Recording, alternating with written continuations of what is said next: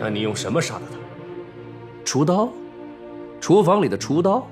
我杀了他之后，在逃跑的路上把刀扔在了后园里。把你行凶的经过细讲一遍。韦姑娘，麻烦你暂且充当录事，记一记。是。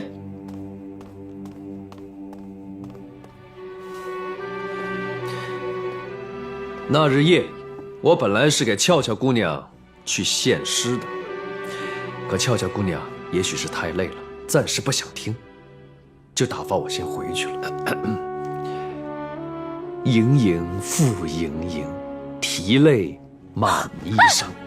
为饮情仙醉，你这么晚来干嘛呀？今已伤，荣李畅思，你疯掉了！又一岁，夜夜精未央。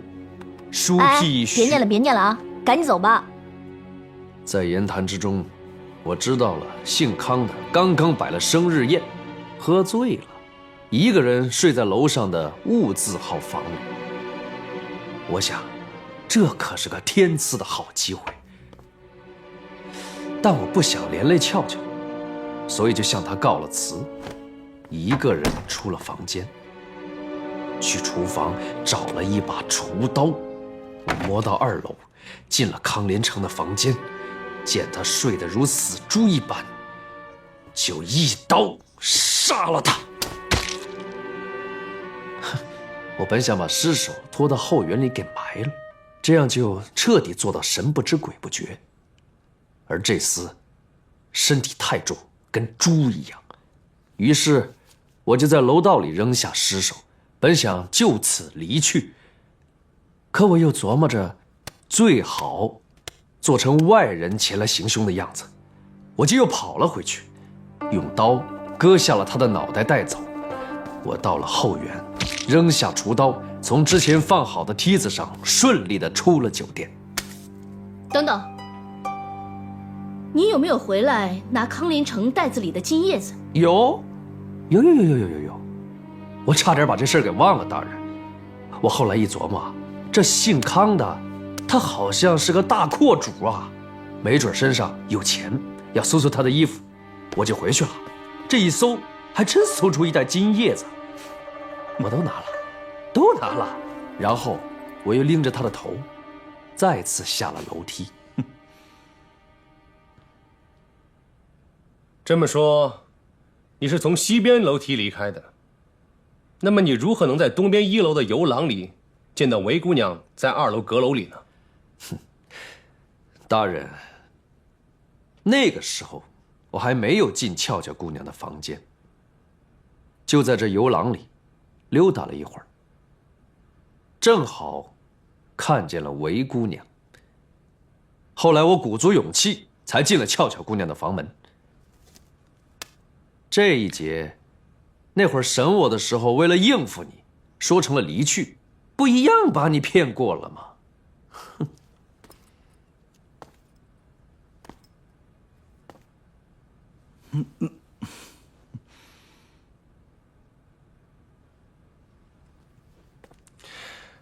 这么说，你现在说的才是实话。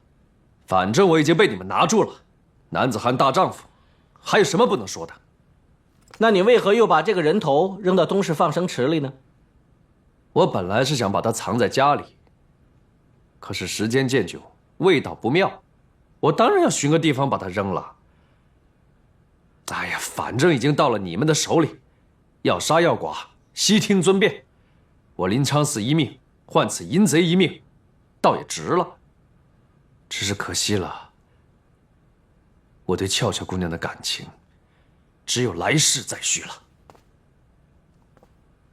哪个跟你有感情啊？俏俏，我的一片苦心，难道你还不懂吗？你不要说话。不管你明白也罢，不明白也罢，我昌死算是做到了。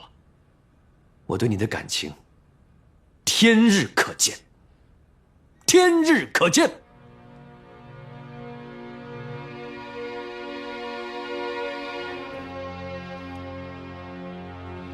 哎，你还有什么话要说？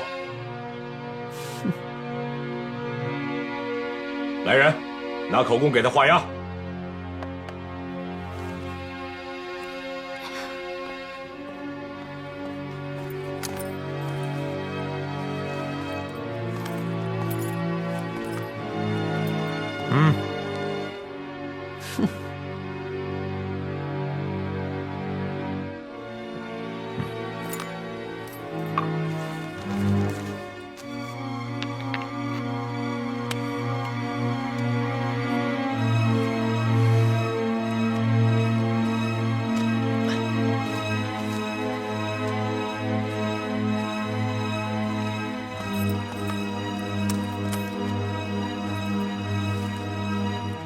副使，看，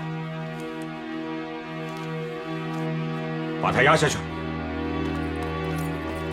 起来，走走。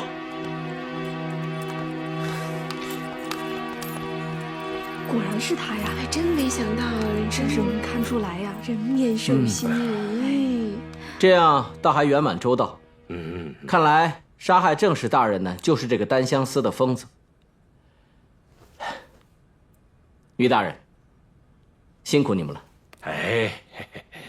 各位，这几日连累大家了，都当了一回嫌犯，戴尔斯职责在身，在此给各位赔罪赔罪。哎呀，没事就好了。总算了。就算大家看在和死者是旧相识的份上，给个面子吧。好了，都过去了，总算拿住了凶手。对各方都有了交代，今日天色已晚，房门都关了，碧莲呐，我看不如现在我们大伙在此欢宴一场，我来做东，给大伙压压惊，大家喝个一醉方休。明日房门开了，各自出去逍遥，如何？大人，你真是太明智了。我们在这荣枯酒店暗无天日蒙受了好几天的不白之冤，我心里实在是过意不去。所以今天晚上你们都必须给我大吃大喝，我们一醉方休，好不好？对，谁是小兵啊？来，这酒宴啊，不能让大人来请的，一定是我碧莲来请。姐妹们，快去准备吧！来，请去吧，快去啊！抓紧时间。来，哎呀，这两天把我吓的呀！碧莲，说说，你请还不是吃我的？哎，你少废话，就是还不把边教给我修好了？好，做生意要用的。大厨啊，你今日可得再烤一只羊啊！为何呀？这把刀杀过人了，就相当于上了咒了。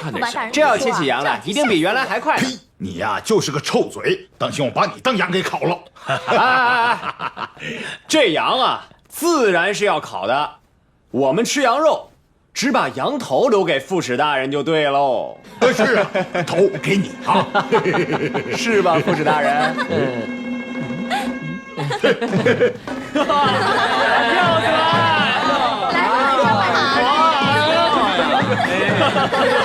来，好看呀！哎呀，真好看，跳真好，真好。是啊，长得真，哎呀，唐不走，咱俩喝一杯啊！副使大人，这等好事儿怎么没跟我说呀？哎呦，于大人，你说怎么不把那个通译给叫过来？要不然这酒副使大人怎么喝得开心呢？哎呀，碧莲姐，你就饶了我吧，我自罚3杯还不行吗？3杯哪够啊？不行，哎，得用这个喝。来，喝，我喂你喝。来，你多喝点，来，酒没了。怎么样，副使大人？行，你们自己先喝着啊。好。你刚才说什么？酒没了。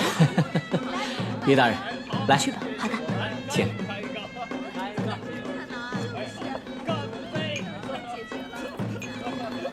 老许，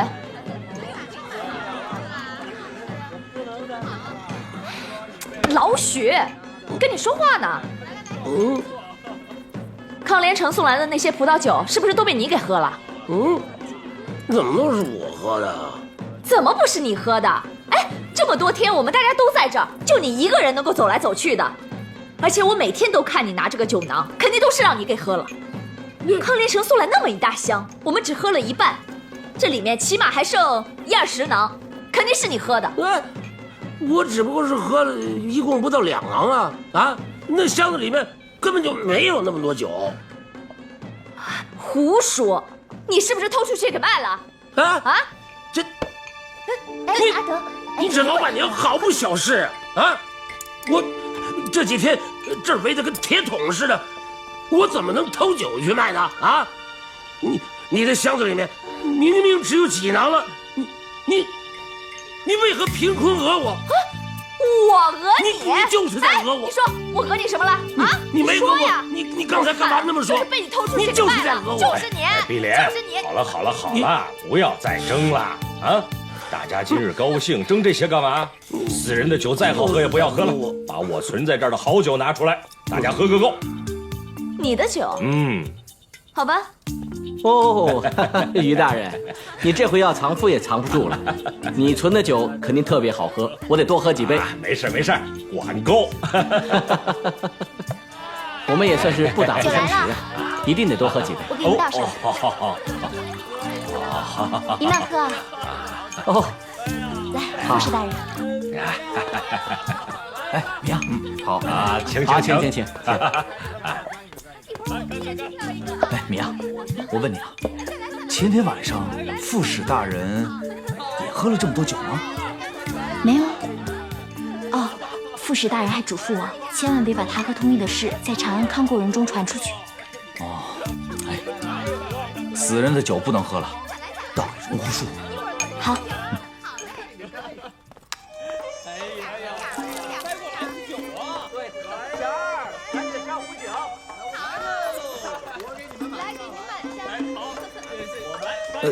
师傅，你在喝酒啊？那你的头……刚才有点疼，现在好多了。独孤兄，你不是一喝酒就能想通凶犯的心思吗？怎么刚才我在审问临昌寺的时候，一声不吭啊？哎，我想问的都让你们给问完了，我能说什么？哎，别喝了。师傅，虽然临昌寺认了罪，可我和李秀一商议了一下，觉得还有疑点未解。我们去后园看了看，临昌寺搭梯子的地方是在后园的北墙，可厨刀是在后园西墙发现的。他如果刚杀完人，怎么可能先到西墙扔了刀，再匆匆跑到北墙爬梯子呢？哎，新人啊，都犯这样的毛病，不该琢磨的地方也要钻牛角尖儿啊！他既然知道砍了脑袋、劫了财、冒充不相干的人作案，他为何不能故意的把刀扔到西墙去，然后跑到北墙去呢？对吧？啊，独孤兄，啊，能不能别再绕圈子了，直说吧。你怀疑临昌寺根本就不是真凶，对吧？我怎么会呢？你骗他还行，我又不是刚入行的小孩儿。临昌寺既然随身携带利刃，他为什么还要去厨房拿那个厨刀呢？再说，他跟古大厨根本就不熟。也许那天他没带这把刀啊，或者他故意栽赃陷害啊。独孤兄，你就别打岔了。我在抢下这把刀的时候，你连看都没看一眼，说明你一定知道一些我不知道的线索，而这条线索足以证明临昌寺他不是真凶。咱们现在可是联手探案，你能不能拿点诚意出来啊？我绝不是没有诚意啊！你要是不想说，我自己一样能查清楚。哎呀，李兄，今天那么高兴，那我开个玩笑都不行吗？哎，对了，你们不是说过很想知道刘婉儿跟我之间的事情吗？我可以告诉你们，咱们到楼上喝一杯啊！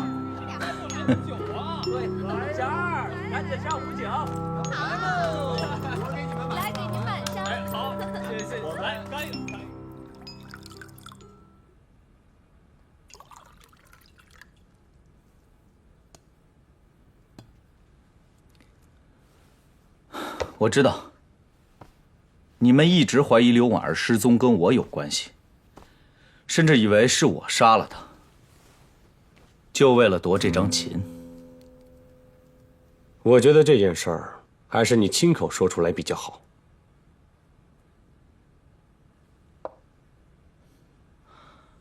好吧，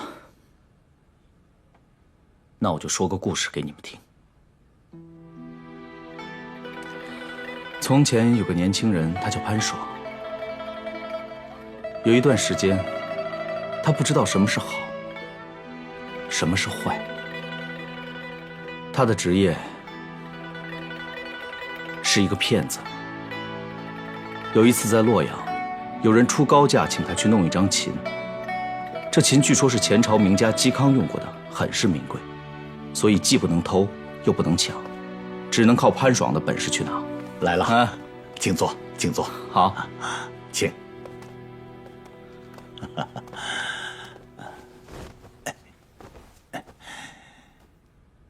啊，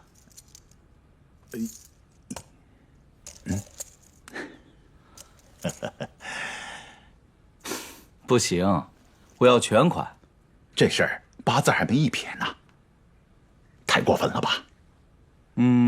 那我就不过分好了。哎，好。哎呀，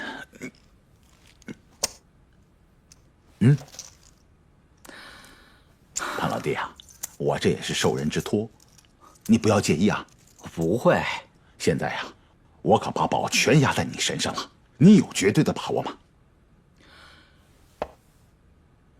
你家主人想堂堂正正拥有这张琴，对吧？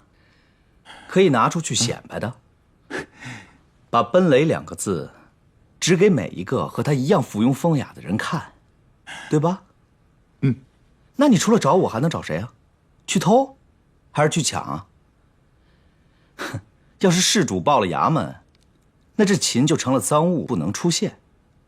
要不然他可以把“奔雷”2个字给抠了。可是你家主人不就要那2个字吗？是这么个理儿。所以，除了您老弟出马之外，别无他法。只是，万一……没有万一。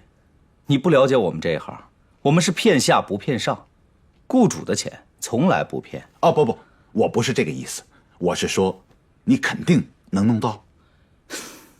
琴的主人是个女人吗？全天下的女人上辈子都欠我的，这辈子她们得还，没完没了的还。我信，你呀简直是女人的魔鬼。女人就是喜欢魔鬼，不喜欢好人。你现在看窗外。哎，小姐，你看那边，什么呀？看那边，就是那边，面向的那个吗？这就是他的马车。上次我说的卖香粉的地方就是哪儿？你看清楚了吧？放心吧，3个月之后等我好消息。喂，如果你失了手，我绝不会承认见过你的啊！更不用说我的老板了。我连自己是谁都忘了，又怎么会记得谁买过我的东西呢？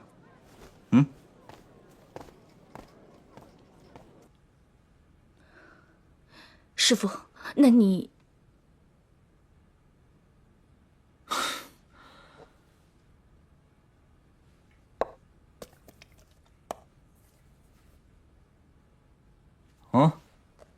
酒没了，没酒就没有故事啊。好，我去拿。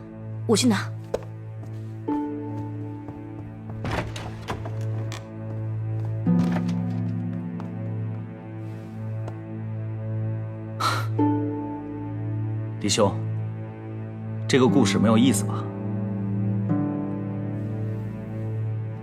姓潘的这个小子是个人物，你一直都想拿住他，去拿刘婉儿失踪案的赏金。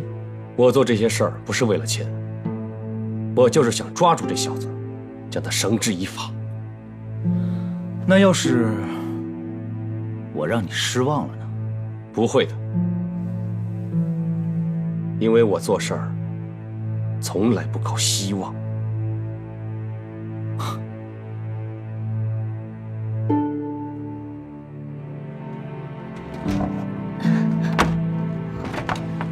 哎，好极了，有酒就有故事。来，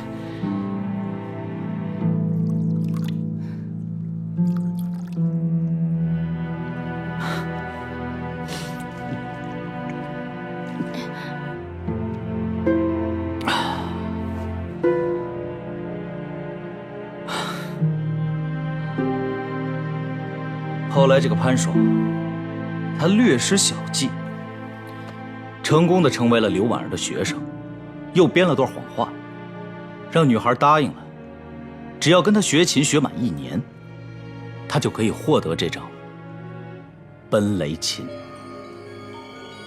这时候发生了一件事。你见过他吗？岂止是见过。你知道他是谁吗？谁呀？他就是冒充守备家的公子，冒充新郎官，要骗我嫁妆，还差点害了我性命的人。不可能，不可能的。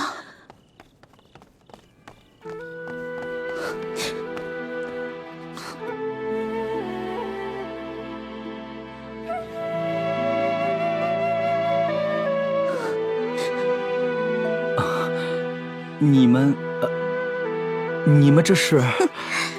难得啊，能看到潘公子这副吃惊的表情。原来这世界上也有出乎你算计的事啊！什么算计啊，胡姑娘？依你这么说，你们之前是认识的？我是他表妹，你老实说吧，你到底想从我表姐这儿骗走什么东西？除了这张琴，你是不是还想骗他的人？不，婉儿，之前我是说了些瞎话，可我不是想……住口！我真的不知道你现在说的哪一句是真，哪一句是假。为什么？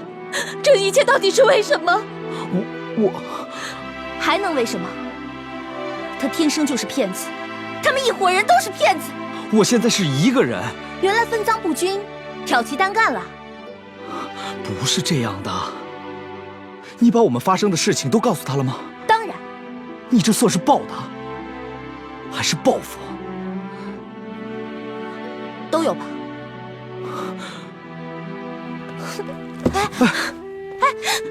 姐姐，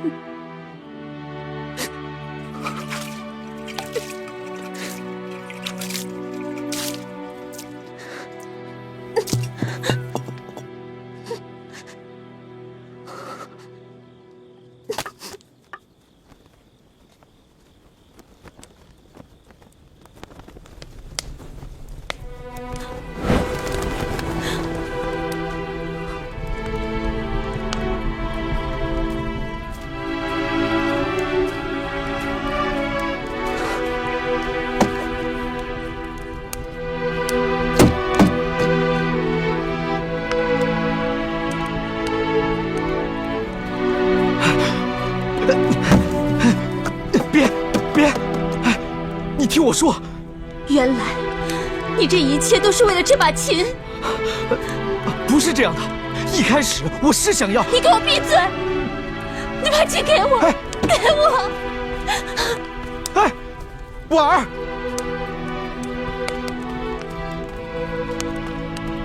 潘爽没脸和柳家人一起去找他，但他发誓一定要找到他。如果他活着，就求他原谅；如果他不能原谅他，他就死。如果刘婉儿已经死了，他就把自己和刘婉儿埋在一起。潘爽找了他很久都没有找到，直到潘爽想起他曾经向刘婉儿描述过自己在渭水河畔的家乡，那里的景色是如何的美。刘婉儿曾说，愿意和他一起在那里盖一座茅草房，弹琴、画画、隐居，只有他们俩。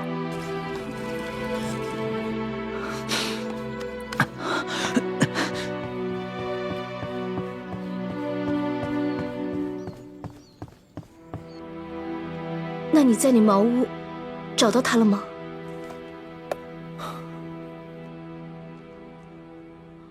哦，我去拿。不用了，故事就快结束了。当他走进那个房间的时候，刘婉儿已经躺在床上，奄奄一息。原来这房子刘婉儿早托人造好了，本打算和潘爽一起住的。自从刘婉儿跑到这里来，就再也没有吃过东西。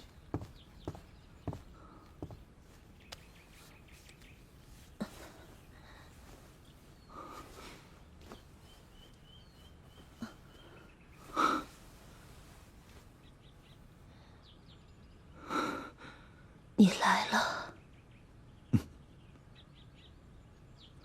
这是最后一个地方了。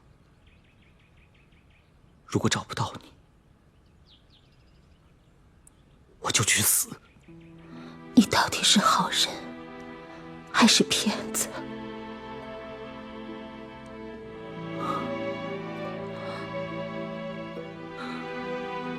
我想做一个好人。那你告诉我一句实话，你究竟爱不爱我？爱。以前我说过许多话，就连我自己都不知道是真是假。但是现在，我的心，我的每一滴血，他们都在告诉我，我爱你。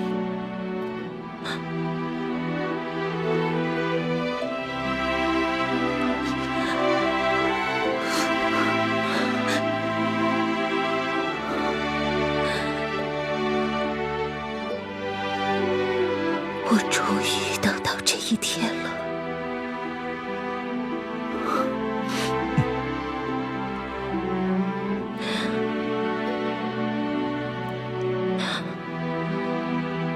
你答应我，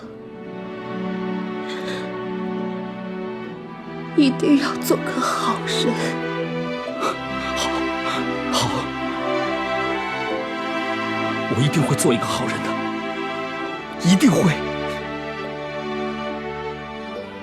潘爽把房子烧了，他把刘婉儿就埋在那块地下，从此就没有人再见过他。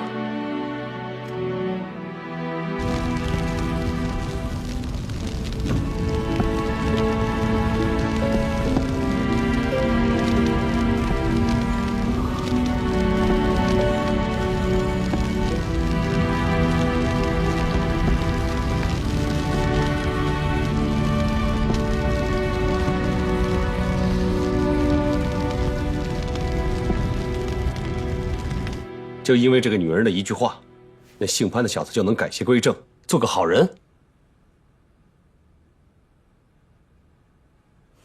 师父，你已经是好人了，我相信师父。从此之后，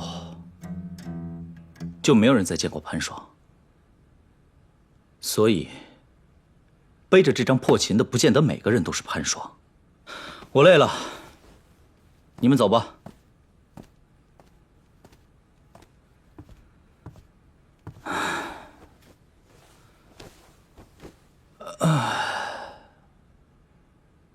人呐，总是一念魔鬼，一念佛陀，情到深处，什么都能干得出来。唉。这案子就查到这儿吧。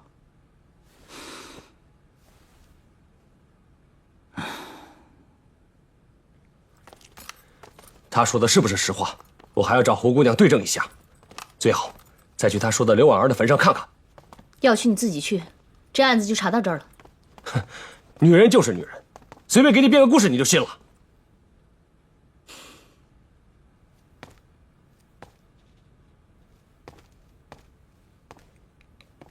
我相信师傅，再也不和你一块儿搞这些暗地里的名堂了。就算他说的刘婉儿的死是真的，难道你没听出破绽吗？他骗胡姑娘的时候是一伙人，为什么到刘婉儿这儿就变成了一个人？你不觉得奇怪吗？我不想知道。那我就自己查，总有一天，你会哭着喊着求我告诉你真相的。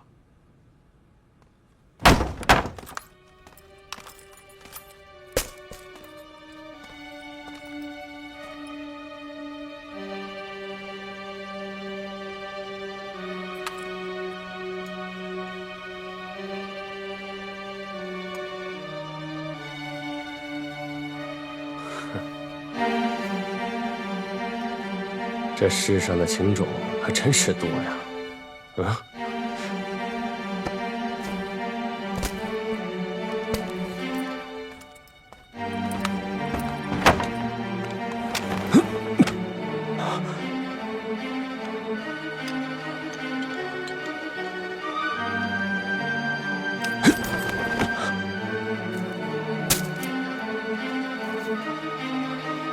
金五味茶，有没有见过这个人？不知道。金五味茶，有没有见过这个人？哎，没有。见过没有？有没有见过这个人？这什么玩意儿？金五味茶，是个人头。有没有见过这个人？吓人了！哎，别跑！见过这个人没有？见过没有？这，你认识他？看不太真，不过有点像我家乐师。你家乐师叫什么？沙安达。不过他2天没露面了，我还以为他去了哪家。带我去他家。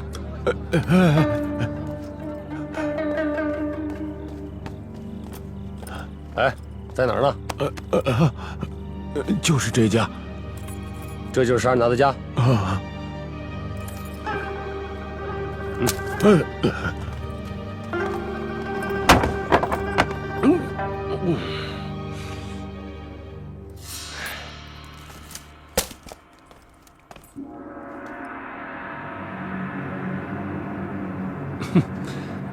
这人要是没了脑袋，都一个样。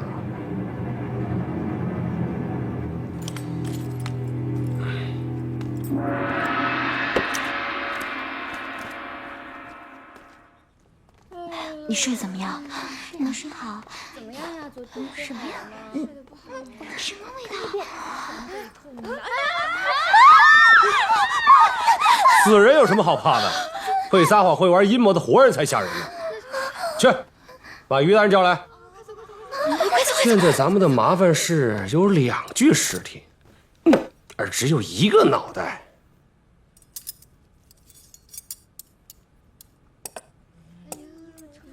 师傅，你觉得这是？我觉得好臭啊！乔乔，去帮我拿壶酒来。哦。修一老弟啊，这尸首你是从哪儿找来的？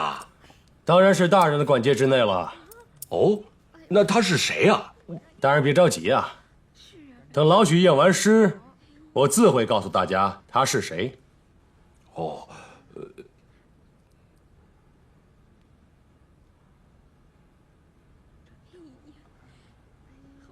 没错，这颗人头是这具尸首的，凶器是这把刀。啊？你不是说那个人头是康连成吗？那个凶器应该是那把厨刀才对啊！这颗人头在放生池让畜生咬得不像样子了啊！没有这具尸首，当然比对不出来。现在有了这尸首，刀口才能看清楚。喂，你有没有把握这次？信不过我是不是？信不过我可以辞了我呀！哪个愿意天天跟死人头打交道？好，可不是嘛！你说的这，哎，你看这一个一个，连在这里干活的人都已经受不了这里的臭气了。你们把我冰窖给毁了，现在还把死尸搬到大堂来，这人越死越多，以后这酒店生意怎么做呀？于大人，这干脆你把酒店收回去吧，这里啊我负责不了了。好了，又不是我要多事的，那多事的自然是我了。谁让你们金吾卫和京兆府那么不开眼？多一件案子就多一份赏金，是吧，大人？哎，是。这么说可以肯定，这个人头不是正史大人的，那死人是谁呀？他叫沙安达，是西市演艺场一个小歌舞班子里的乐师。不过他不是你们康国人，但是在我们大唐人眼里啊，你们胡人都一样。那临昌寺杀的其实是这个沙安达，那杀正史大人的又是谁？这事儿你还得问他。哎，韩香，临昌寺是不是押回衙门了？对，就在咱们大牢押着呢。好，赶快回去再审他。这个畜生昨天根本就没有说实话。哎，等等，于大人，你不能一个人去审这个案子，我还有昨天出去查案的3个人，都得和你一起去啊。我看这个案子又有了变数，事情非同小可，职责所系，于大人不要见怪。哦，好吧，你说怎么样就怎么样吧。哎，还有，酒店里的所有人现在还是不能放，你得派人留在这儿看着他们。啊，海香，哎，你带人留在酒店，就按照副使大人的意思办。啊，大人，不如我也留下吧，光看住他们还是不够的，我来盯住他们，免得他们互相串通，编出新的瞎话来，妨碍你们查案。哎，师傅啊，你怎么能不去呢？你是不是喝多了，居然听不懂我说话？怎么样啊，副使大人？啊，我看如此甚好。于大人，啊，这还用问吗？你想怎么样就怎么样嘛。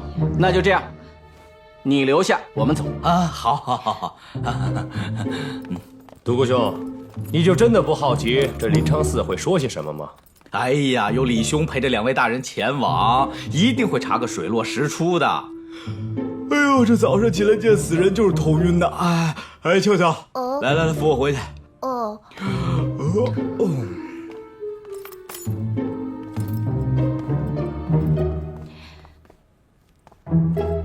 副使大人，开始了。临昌寺，死到临头，你还不说实话？你扔到东市放生池里的人头是谁的？康连成的，还能是谁的？住口！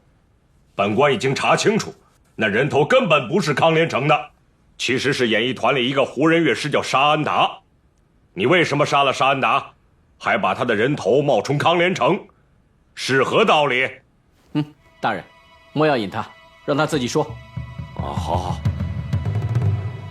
说。我杀的就是康连成，我根本不认识什么沙安达。他为何沙安达尸首上的刀痕与你这把佩刀相吻合？还有放生池里那颗人头，他和沙安达尸首上的伤一模一样，正好相配。倒是荣枯酒店里那具康连成的尸首是用把厨刀砍的，你怎么说？好吧，大人，我承认，那沙安达也是我杀的。你为何杀他？我那日我杀完康连成之后，我就躲在那竹店旁边的窄巷里，等房门一开，我就往家跑。我就遇见沙安达了，他看见学生身上的血迹了，我当然不允许他说出我身上的秘密，我就一直追到他家里，把他杀了。哦，原来是这样，说的倒好听。要编瞎话，你也得先打听清楚。那天晚上，他跟老板去了城东的大户人家唱堂会，第2天中午才回来。房门一开，你怎么可能在光德坊往西市大街的路上碰见他？你怎么说？好吧，我都招了。我为什么要杀沙安达？因为我欠他钱，他放高利贷，利滚利还不清了。我讨厌这些胡人，我杀一个也是杀，杀2个就是一双啊，干脆连他一起杀了。谁料天不遂人愿，竟然被你们给拿着了。你说你欠他钱？胡说！他到这儿才2个月，连大堂话都不会说，你们俩怎么沟通？他1个月只挣3免，拿什么放债给你？你说你欠他钱，那借据呢？借据有没有？拿出来看看。你们这些人甚是麻烦，杀就杀了，哪有那么些大道理啊？快拿口供来，昌寺画了押，你们就把我带走得了。哎，既然你都认了，就拿口供给他吧。慢，于大人，此事草率不得。你说人都是你杀的，那你把康大人的人头扔到哪儿去了？城外荒地里，不对，出事第2天一早，各城门就得了信，严加盘查。你是怎么把人头带出城的呢？我不知道他们是怎么严加盘查的，反正我就把人头放在我后背的竹篓里，然后大摇大摆地出了城门。那你把人头具体扔到哪儿了？这谁想得起来吗？我记不清了。你们这些人甚是麻烦，莫要再问了。再问，林昌寺什么也想不起来了。于大人，先把他带下去吧。来，把他押下去。走！不见康连成大人的人头，此案不能结。可是他都说这人头扔在哪儿，自己都已经忘了，而且他也认罪了，那就他根本不知道康连成的人头在哪儿。那康大人就不是他杀的。他越是这么大包大揽，就越像是替一个人遮掩。你是说俏俏吧？不可能吧？一个弱女子怎么会杀人呢？只要没有证据证明她没有杀人，那她就有嫌疑。你不觉得他对这个林昌寺这么夸张的讨厌，这事儿实有蹊跷。可是我们也没有证据说俏俏和林昌寺是串通好了的。没有证据的话，我们可以想办法创造机会去找。我想林昌寺临死前会很想见俏俏一面的。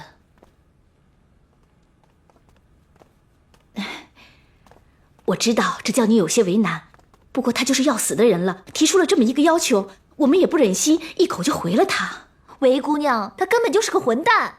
你说他自己要杀人，和我有什么干系啊？我实在是不想见他了，我走了。哎呀，我知道，你就当是可怜可怜他。我是看他太痴心了，这种人死了也是痴心鬼。你不如啊，就去见见他，让他心里好受些。那，你就随便安慰安慰他，好不好？免得他做了鬼还来纠缠你。啊，去吧，俏俏。啊。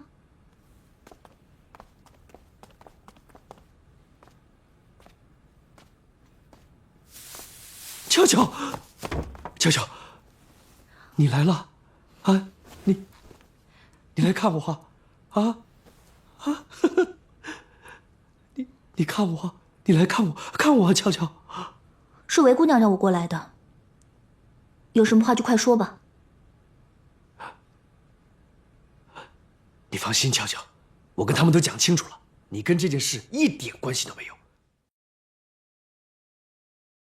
你跟这件事一点关系都没有，我跟他们都说清楚了，你放心吧，我不会害你的，不会害你的。你莫名其妙啊！你自己杀人跟我有什么关系啊？对，是我的错，全是我的错，我太妒忌康连成了。其实你跟他没什么关系嘛，但是我不后悔，我不后悔，真的，我不后悔，你知道的。你嫉妒什么康连成啊？我跟他什么关系都没有啊！我觉得是你自己脑子坏掉了。是我脑子坏掉了，脑子坏掉了。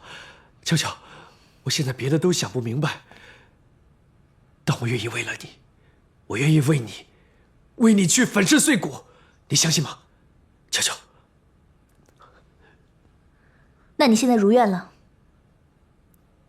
但是你不要指望我会感激你。想不到世上竟有这么痴心的人呢。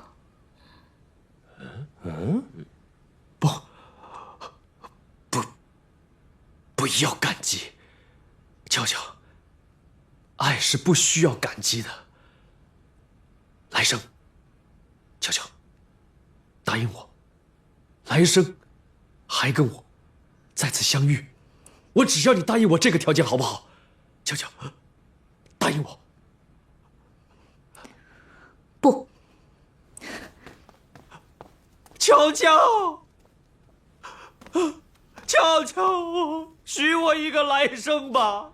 俏俏，许我一个来生吧！俏俏，看来俏俏真是讨厌这个林昌寺，他们俩一定会有勾结。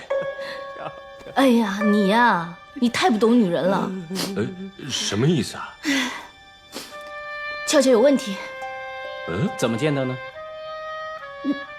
她太绝情了，一般的女人根本就做不到。你们想，对于一个马上要为自己去死的人，哪怕不爱他，哪怕他做的是蠢事，哪怕他是一个疯子，也不可能那么绝情啊。你是说他们俩串通好了在演戏？是在演戏，只不过他们并没有串通好，而是俏俏在利用林长嗣的痴心。他需要这个替罪羊，所以不敢表现出对林长嗣的一点温情和关怀，生怕因此我们牵连到他。明白了，俏俏这叫欲盖弥彰。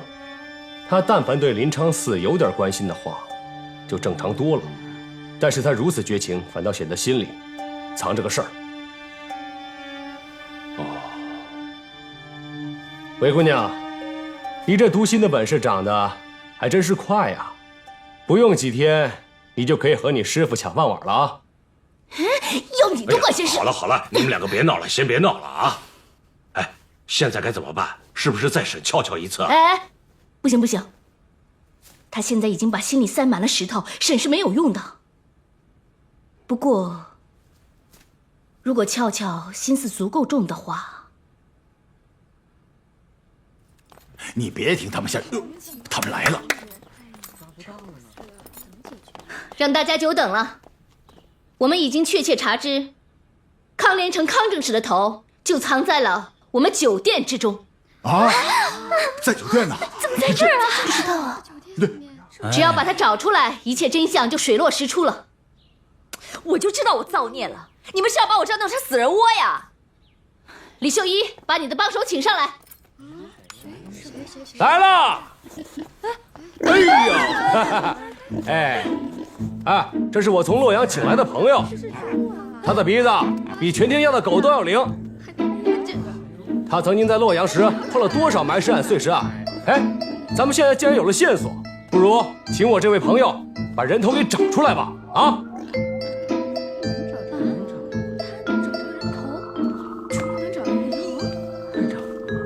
乖啊！走！大家想看的可以跟我们来，胆小的就靠后些，只要不去见就行。哎呀，快点快点，走！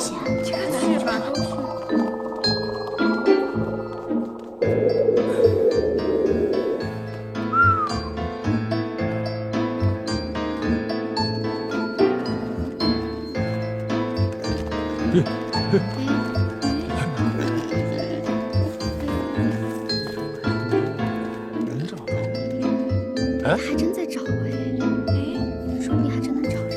好像找着了。哎，快快快，到这儿来吧！是。哦，快！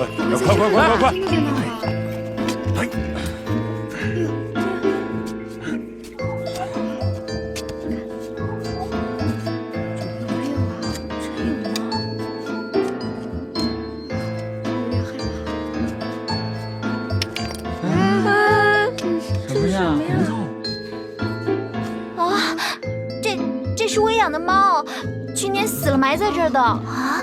这主播真厉害，去年埋的人没错。哎，没事啊，这只能证明我这朋友，只要是腐肉、尸体，他都能发现。没关系，我们再找找啊！来，朋友，来，走。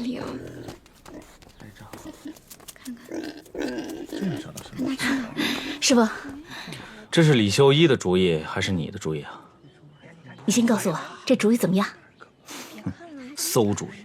为什么啊？你不相信啊？藏在这些人里的凶犯会上钩吗？学会了钓鱼也不算什么本事，有的时候呢是人钓鱼，有的时候呢是鱼把钓鱼的人拖到水里。什么意思啊？没什么意思。哎呦，赶紧在石头。就在这吗？不会吧？哦，我去看看啊。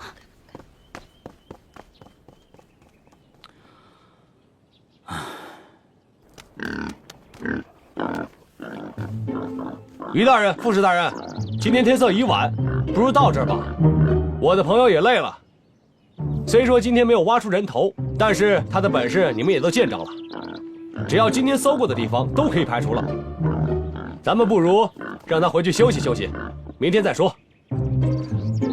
哎，副使大人，您怎么看？那样也好。那就让真相大白的时刻再拖一拖。和明日天光大白之时凑个趣儿，让我们大家也都聚聚晦气。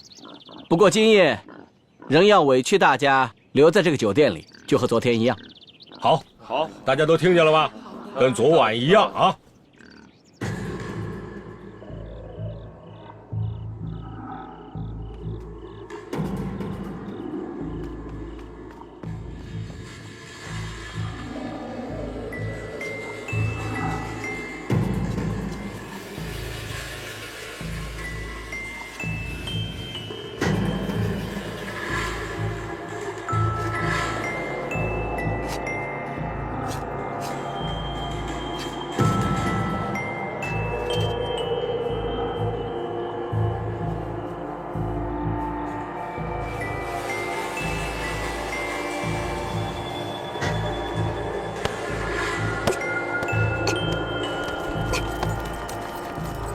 别动！别动！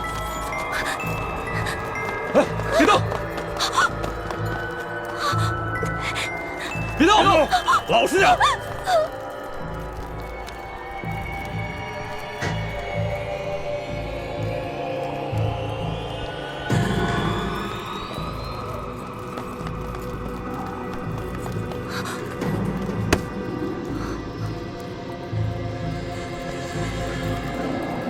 果然是你。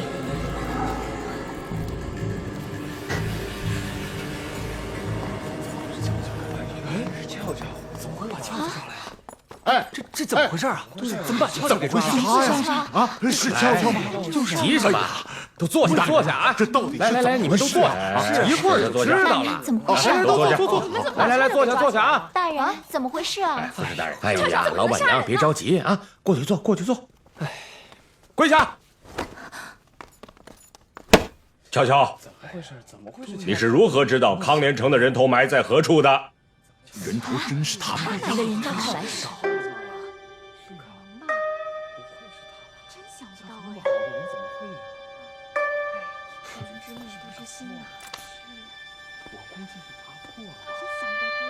你可以出师了，何必时时都要他来坐镇呢？啊，不关你的事。事到如今，你无可抵赖了，快把你是如何伙同临昌寺杀害康连城正史的经过如实道来。俏俏，你怎么可能杀人呢？是不是那个叫什么临昌寺？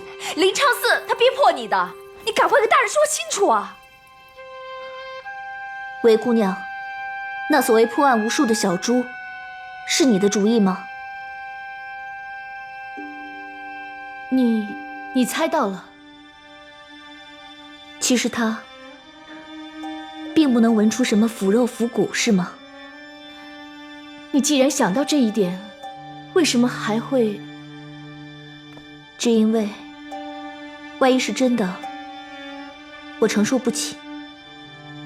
好了，现在一切都结束了。于大人，没错，康连城是我杀的，从头到尾都是我一个人干的，与旁人无关。临昌寺他自作多情，又去杀什么不相干的人，我不知道，也不曾主使。你为什么要杀害康连城大人？还能因为什么？为情，为爱，也为恨。俏俏，你太傻了！你说你这么好的姑娘，为了那个臭男人，你值得吗？你，碧莲姐，现在说值不值得，还有什么用呢？好吧，我就全都说出来吧。我和康连城有一段私情，我本没有想瞒着你们大家，都是这个冤家说，拥有一个秘密才够刺激，我信了。他还说我会是他的最后一个，我也信了。直到我发现那是不可能的。我受不了，我就想杀了他，这样我就真的是他的最后一个了。那天，我见康连成喝醉了，要留宿，心想，这个机会来了，我把他送到房间，见他睡得不省人事，这真是上天把他赐给我了。如果不能拥有一个活的康连成，就让我拥有一个死的吧。只要他全部的属于我。我下了楼，去厨房拿了那把厨刀。大厨，对不起，我不是有意害你的，只是灵机一动罢了。你这孩子，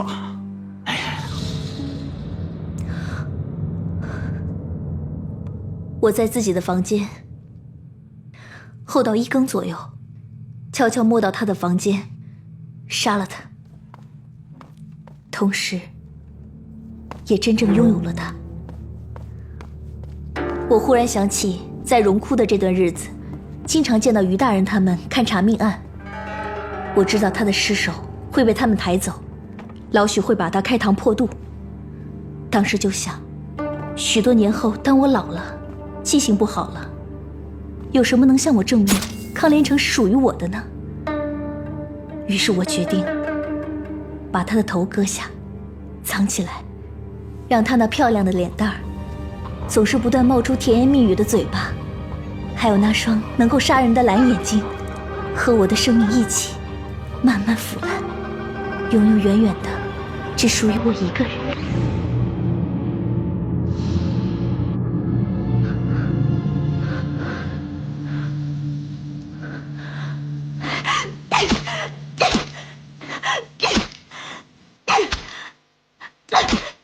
我把他的尸体拖到走廊，割下了他的头，然后拿着他的头下了楼。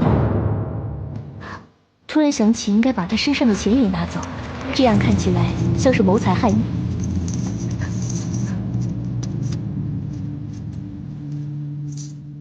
然后我又去了后院丁香花下，把他的头埋了。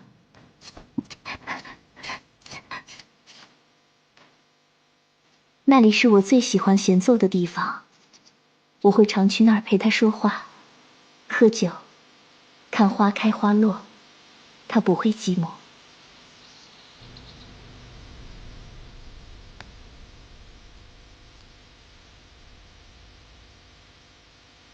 我死了以后，请你们也把我埋在那儿，这样，我和他也可算作是长相厮守了。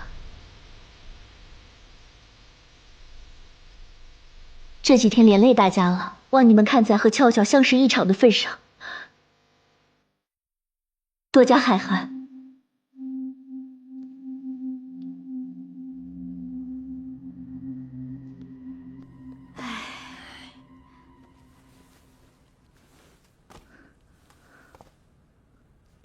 于大人，韦姑娘，也给你们添了不少麻烦，害你们险些丢了前途，对不起。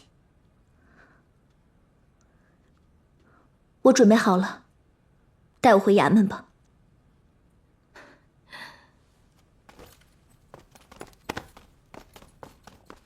俏俏，你真的没有同伙了？所有的爱恨恩怨都是我和他之间的，我为什么要和别人一起分享呢？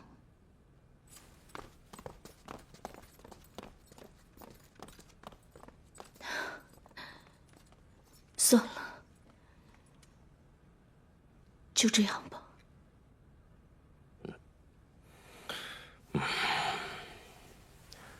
好吧，这案子算结了，大家散了吧。于大人，刑部那里还要请您和长史大人多费心呢。无论如何，我走的那天得把凶手的人头带上，不然我没法交代。啊，明白，你放心吧。副使大人，如果可能的话，请把俏俏和康正使埋在一起吧。走去看看。多情有什么好？还是像我这样，做个无情无义的人，省去多少麻烦。你不光无情无义，还没心没肺。哎，谁说不是呢？哼，哎，我也这么认为。哎，老许，帮个忙，把这打开看看，里面到底装的什么东西？哪个愿意伺候你？除非你把赢老子的钱还给我。行了，你们都可以过来看看了啊！哎呀，现在这颗人头啊，已经是乱七八糟的了啊！虽说我也缝的不是太仔细啊，好歹也还了他个全尸嘛。不对呀，这左耳上怎么没有耳洞呢？什么意思啊？你没注意过吗？康连成大人的左耳上是有耳洞的，本来在康国的时候一直戴着金耳环，不过来了你们大唐以后，发现你们的姑娘并不喜欢男人戴耳环，所以他就摘了。这是他亲口告诉我的。可你们仔细看，这颗脑袋的耳朵上面没有耳洞啊。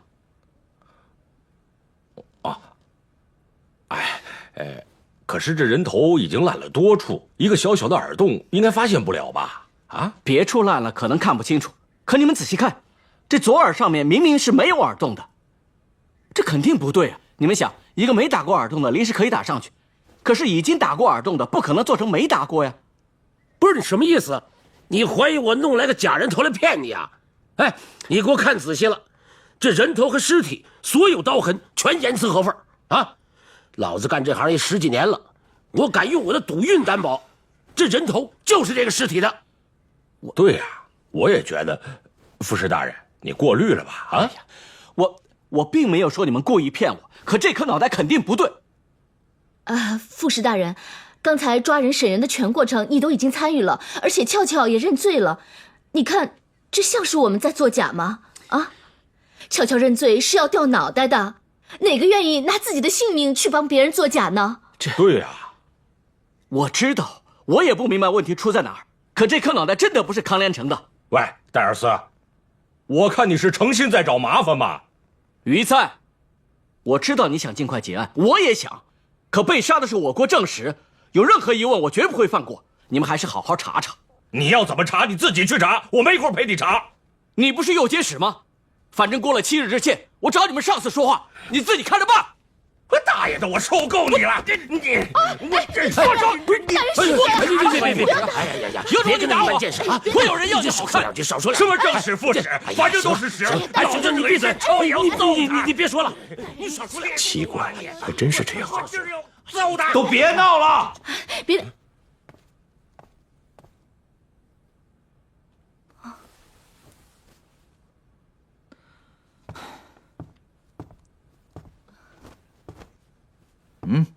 哎呀，去康国伦家把那个管家叫过来。师傅，你怎么？哎呀，于大人，看独孤兄头疼了，说明他已经把案子想清楚了。不如这样，咱们把所有人都叫来，一起来听听独孤兄跟大家说说，如何？好，就依李兄所言吧。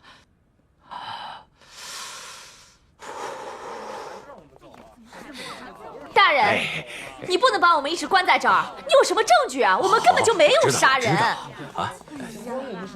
师傅啊，你的酒。啊，谢谢。哎，俏俏呢？韩香去提了。哦，你先过去吧。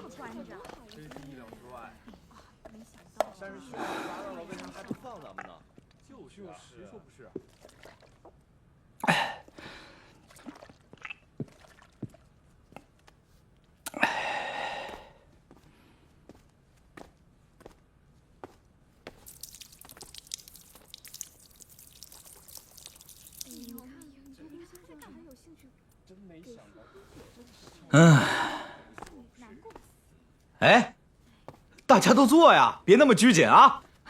来，坐。在座的各位不是住在这个酒店里，就是常来常往的熟客啊，所以各位对我刚才的举动都不会吃惊。大家都知道，这棵荣枯树自打学会了喝酒，就再也不能喝水了，而且树冠也变得一半荣一半枯了。其实我独孤仲平的心情跟这棵荣枯树一样，这查案破案的差事干得既上瘾又厌恶。哎，我真想一股脑的抛下不理，但是呢，我又愈怕不能。哎，现在呢，我就跟大家说说眼下康连成正史被杀的这桩命案。既然这件事情是由康连成引起的，那我们就来琢磨一下他到底是什么人。在座的几乎都认识他，可仔细想想，我们所知道的不过是他一个小小的侧面。比如我只知道他是一个胡人，却下得一手好棋，我每次都输给他。我发现他很会计算和设计陷阱，可是我却想不出他这种本事还能用到其他的什么地方去呢？又比如，他素有风流的名声，在座的也有人和他有过亲密的关系可你们并不知道他到底有过多少个女人呢？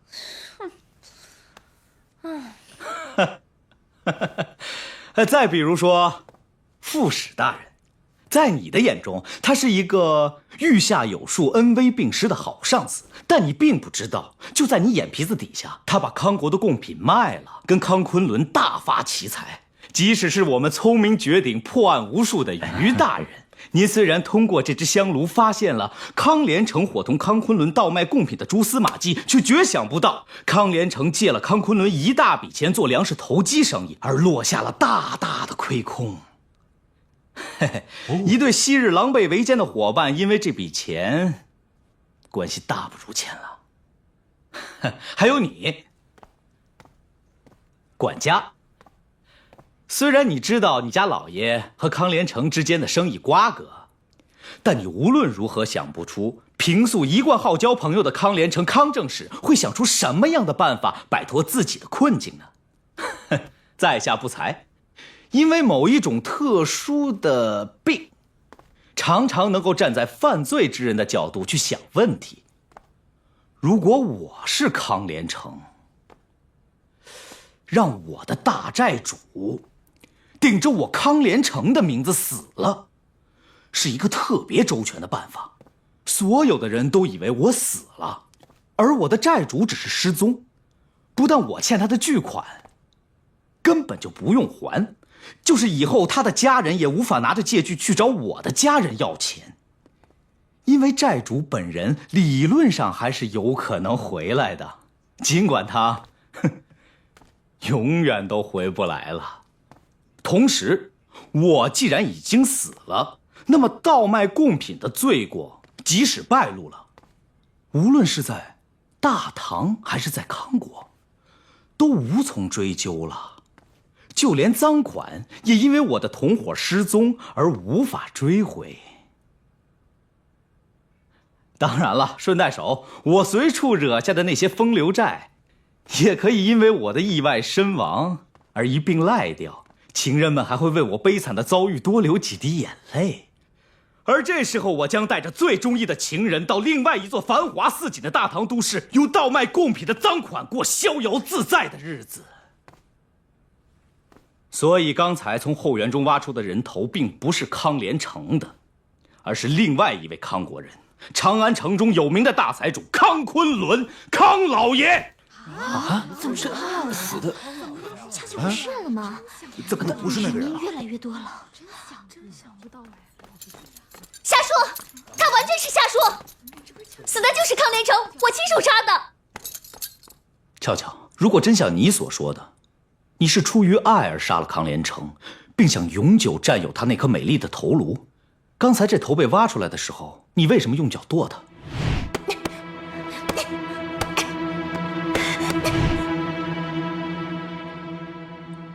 因为答案只有一个，你怕面目还没有腐坏，被人认出来不是康连成。独孤仲平，这案子你不是不参与了吗？怎么现在又出来搅局啊？于大人，请你相信我，康连成真的就是我杀的。你们不是都已经问清楚了吗？现在还要问什么呀？乔乔，相信我，我不会害你。好了，现在人都来齐了，让我按照康连成的思路，把那天的情形复述一遍。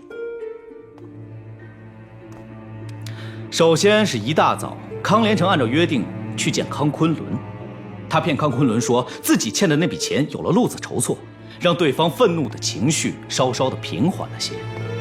知不知道？前2天我哎，昆仑兄，来，请啊。嘿，大爷，您慢走。好嘞。怎么了，昆仑兄？您楼上请。搭着个脸干嘛？不就那么点钱吗？啊，我还能差你的吗？你放心，啊，我对天发誓，10天之内，我保证把所有的钱全部给你，行吗？就是嘛。来，喝酒，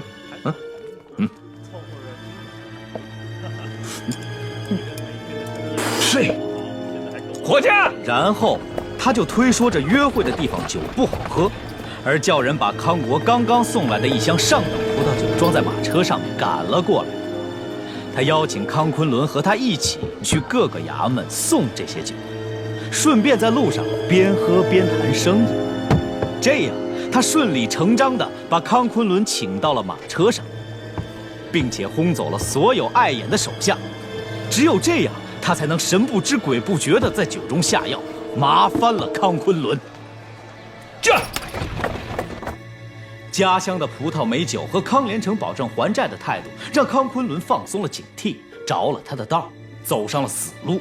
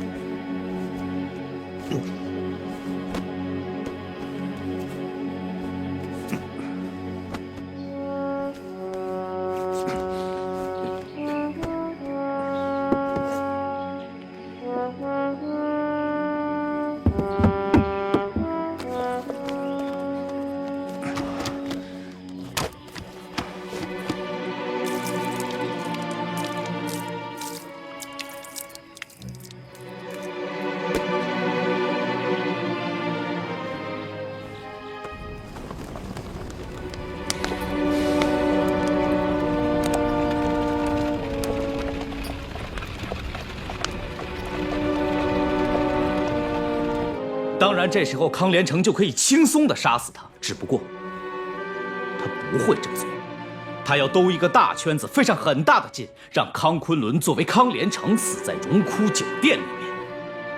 于是他把麻倒的康昆仑藏到了装葡萄酒的箱子里，然后他把马车赶回使团驻地，又特意事先赶到荣枯酒店，以安排生日宴为名，顺便和我下了一盘棋。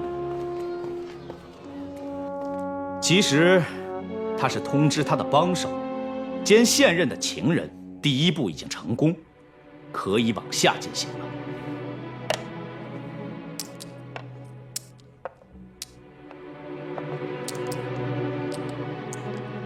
临昌寺纠缠你不是1天2天了，你从来都没有藏到我的房间来过。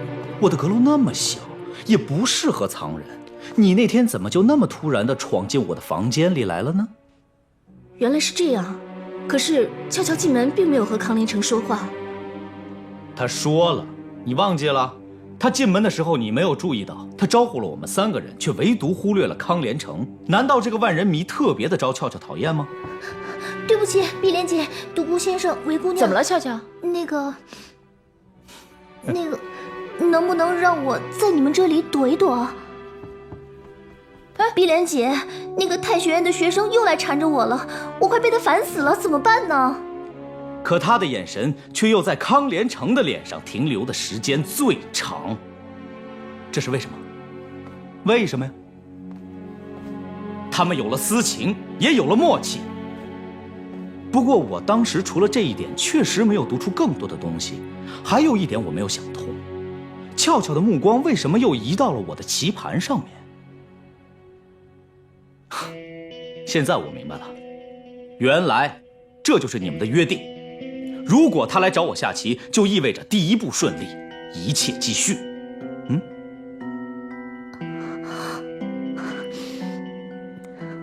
当然，这个时间也是康连成精心选择的。他从碧莲那儿得知，我每年的这一天都要出城去办点事，当天回不来。他虽然认为我下棋不行，但多少知道我实际是干什么的。所以他就定在这一天过生日了。但天知道他到底是哪天生的。掌灯时分，他带着使团的人赶着马车到了荣枯酒店。其实这些人都是来给他完美的死做见证的。当然他也不会忘了带那个箱子，因为那里边一半是酒，一半是康昆仑这个替死鬼。把我带的酒放在后厨，盯紧了，酒宴不开始，谁也不许偷喝。哎呀，这得装了多少酒啊！哦，怪不得老子才喝了2囊，箱子里边的酒就没了，原来根本就没装满一箱。我说老板娘，你可错怪我了呀！哼，我怎么知道？所以当这箱酒抬到厨房的时候，俏俏你把伙计们全都支出去，由你来开箱，由你来分酒，你有这个权利，也必须行使这个权利，不然的话，厨房的伙计们乱翻一气会露馅儿的。哎，这是康正使送来的酒吧？哎，对对。啊，你们帮忙把这些菜送上去，这酒我们来伺候。好，快去吧。然后，康连成开始了他借酒撒疯的表演。对于他来说，太简单了。这什么烤全羊啊！其实你们俩不应该恨康连成，他并没有特意的要陷害你们，他只想惹是生非，让自己被杀的理由多一点啊！哎，还有你啊，副使大人，他当众说出副使大人向上爬的野心是出于同一个目的，但你不该在肚子里骂康连成，他其实很看重你啊，想让你更好的帮他完成这个计划。所以呢，你们走吧。他安排通义等人在酒宴进行到一半时候离去，只将你一个人留下来，等着观看最关键的部分。只不过他没想到啊，这么一来，你跟通义2个人就被拆散了，在这么一个美好的夜晚。不好意思啊，哎，你呢恨透了康连成，你有动机杀他。你提到楼上的2通脚步声，提到羊头能证明你，都让我觉得你很刻意。特别是我发现你在案发那天晚上并没有喝醉，而是拙劣的装醉，我几乎都快认定你就是真凶。我没有。哎，别急别急，我还没说完啊。喂，康连成过生日那晚，副使大人也喝这么多吗？没有啊。哦，副使大人还嘱咐我，千万别把他和通义的事在长安康国人中传出去。米娅的话让我反而排除了他，他担心的只是米娅去老板娘的房间拿蜡烛的时候撞见了他和通义热情的告别，怕这流言蜚语传出去，特别传回康国之后呢，影响他的仕途。副使大人那天装醉，只不过是想让那个粗俗的玩笑看起来像是酒后吐真言，以此向所有人也向米娅澄清一下，他很正常。一个这样小算计的人是没有勇气杀人的。他往上爬的方式是巴结、隐忍和等待。可惜啊，他因为并没有醉，而在半夜听到楼上的2通脚步声，却还是错过了立功的机会。他装醉装得太像了，以致竟没有看清楚迎面来的俏俏。这时扶的已经不是康连成，而是穿着和康连成一模一样衣服的康昆仑。哎，你呀，你们怎么上来了？副使大人的房间在楼下呢，在韦姑娘隔壁。哦，正是大人，幸亏我的房间在楼下，要不然我们俩弄出的动静可要吵着你睡不了觉了。这个戏法其实很简单，康连成让所有人看到俏俏把他从大堂扶走，装作要呕吐，去了1楼茅厕的方向。但是，一离开大家的视线，他们2个人就拐了弯儿，继续向前走，进了厨房。他们把已经有些醒了的康昆仑从箱子里弄出来。这个药劲儿是他们提前算好的，以便让俏俏可以从西侧的楼梯将康昆仑扶到开好的房间里面。而康连成自己躲在了那只酒箱里。在2楼昏暗的光线里，2个差不多身材、都留络腮胡子的胡人，又都垂着头，确实很难分辨。但米娅错误地把戴尔斯也扶上了楼，相信还是吓了俏俏一跳。好在这一切都对付过去了。你把康昆仑放在床榻上，又给他灌了些掺了药的酒，然后你就回到了自己的房间。等到1更时分，确认整个酒店里几乎没有动静的时候，你出门到厨房里放出了康连成，而他顺手拿起了灶台上古大厨的那把厨刀。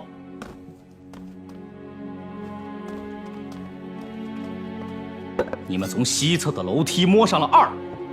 其实你们运气真是不错，因为当时这酒店里并不是大家都睡熟了，比如阿德。而阿德呢，也在焦急地等待1更天的到来，因为碧莲只允许阿德在这时去他的房间。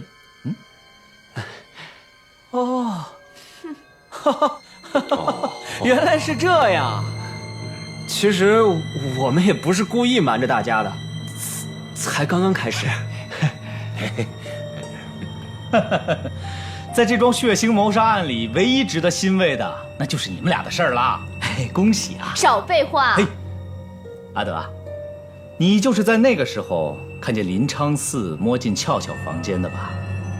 是啊。哦，那你为什么不想一想，以他们的关系，如果俏俏在房间里，他们应该大吵一架才对啊。哎，对呀，我怎么没想到啊？我当时吧，一心想着老板娘，脑子全乱了。还不给我闭嘴，没出息的东西！所以林昌嗣正好在这个时间摸进了俏俏的房间里，而不是像他和俏俏所说，他进去的时候，俏俏正在房间中。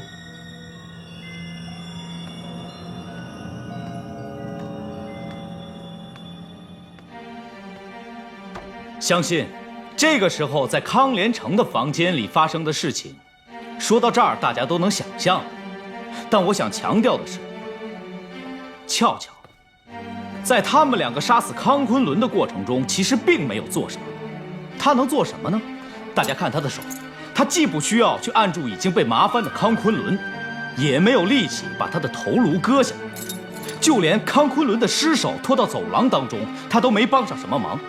因为副使大人刚巧听到2楼发出咚咚咚的声音，其实就是康昆仑的尸首被拖出来的时候，身体刻在楼板上发出来的。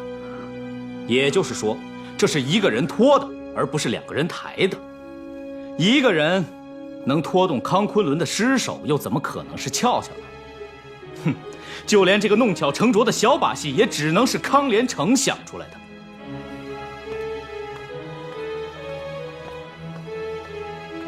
钱袋，把康昆仑的人头割下来拿走是必须的，这是整个计划成功的关键。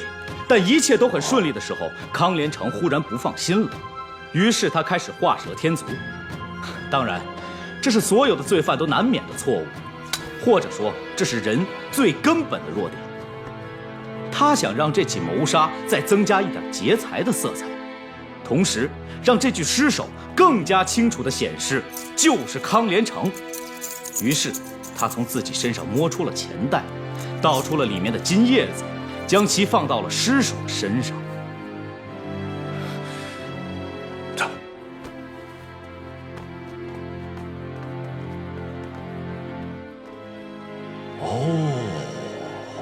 可是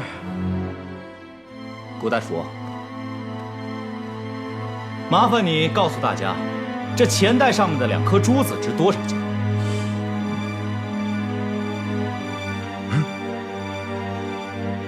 哎呦我的天哪！这可是一对真正的上等夜明珠啊！价值多少现在说不好，按前些年我还比较了解的行情，怎么也值5、6两金子啊！哇，这就是说，这珠子比钱袋里能装下金叶子的总和还值钱啊！一个劫财的人，怎么可能把这更值钱的钱袋子给留下呢？也许是他不识货。